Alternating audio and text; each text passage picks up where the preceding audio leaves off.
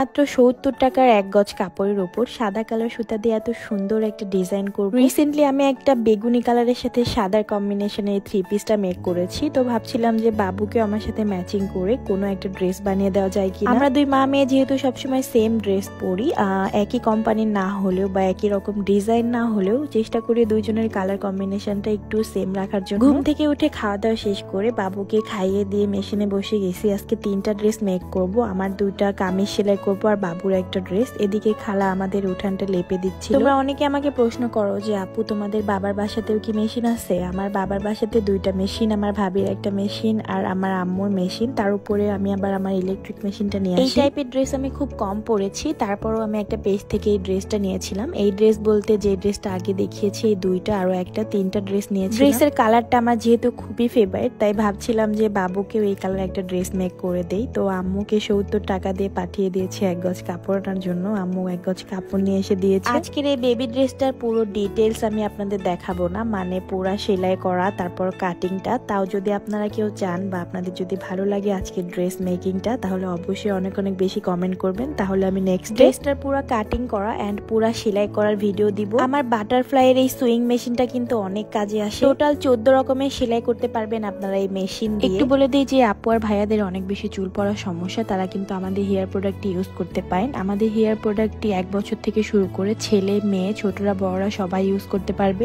এই প্রোডাক্টটি ইউজের 3 দিনের মাথায় আপনার চুল পড়া বন্ধ করবে এবং নতুন চুল গজাতে সাহায্য করবে। চুলকে করবে লম্বা, ঘন, মজবুত এবং সিল্কি। আমাদের জন্মদিনের মাসের জন্য কিন্তু আমরা ডেলিভারি চার্জ ফ্রিতে করে দিচ্ছি, তাই দেরি না করে এখনই অর্ডার কনফার্ম করে ফেলুন। পেজটি ক্যাপশনে দেওয়া থাকবে। আজকে আপনাদেরকে দেখাবো শুধুমাত্র ৭০ টাকার 1 গজ কাপড়ের উপর এই ডিজাইনটা করলে এত বেশি সুন্দর একটা রেডিমেড ড্রেসের মতো হয়ে যাবে, আপনারা দেখলে একদম অবাক হয়ে যাবেন। ড্রেসটা বানানোর পর আমার কাছে এত বেশি ভালো লাগছে ফাইনাল লুকটা যে আমার মনে হয়েছে আমি 12টা কালারেরই এরকম ড্রেস বাবুকে মেক করে দিব বাসায় পরার জন্য। ড্রেসটি ডিজাইন করার জন্য আমি আমার মনের মতো করে ডিজাইন করেছি। আপনারাও যদি বিভিন্ন বিভিন্ন আইডিয়া দিয়ে এটা মেক করতে চান তাহলে কিন্তু সুন্দরভাবে সেলাই করতে পারবেন নিজের পছন্দ অনুযায়ী। আমি কিন্তু প্রথমেই জানতাম না যে আমি এতগুলো সেলাই দিব বা এভাবে দিব। আমি একটা করে দিচ্ছিলাম আর ভাবতেছিলাম যে কোন ভাবে দিলে ভালো লাগবে। তারপর একটা সেলাই দেওয়ার পর 2টা দিচ্ছিলাম, 2টার পরে 3টা দিচ্ছিলাম, সুন্দর লাগছে। যেহেতু এখন শীত পড়ে গেছে তাই আমি বাবুকে ফুল হাতায় মেক করে দিয়েছি আর হাতার নিচেও কিন্তু আমি সুন্দরভাবে সেলাই করে দিয়েছি আমার পছন্দ অনুযায়ী। আপনাদের কার কাছে কেমন লেগেছে আমার সেলাই করার আইডিয়াটা অবশ্যই কমেন্টে জানাবেন। এই সেলাইগুলো এত বেশি পিটা যে আপনি একবার সেলাই করে ফেললে সেটা কিন্তু আর খোলা যাবে না। যেহেতু বাসায় পরার ড্রেস সেহেতু আমি পেছনে কোনো কাজ দিলাম না, শুধুমাত্র সামনে দিয়েছি, হাতাতে দিয়েছি আর ঘেরের নিচে একটু কাজ দিব। তো আপনাদের কাছে আমার আজকের ভিডিওটি যদি ভালো লেগে থাকে অবশ্যই আপনাদের ফেসবুক পেজে একটা করে শেয়ার দিয়ে রাখবেন, তাহলে পরবর্তীতে হয়তো বা আপনাদের একটু হলেও কাজে আসতে পারে। আমি কিন্তু সবসময় বেবিদের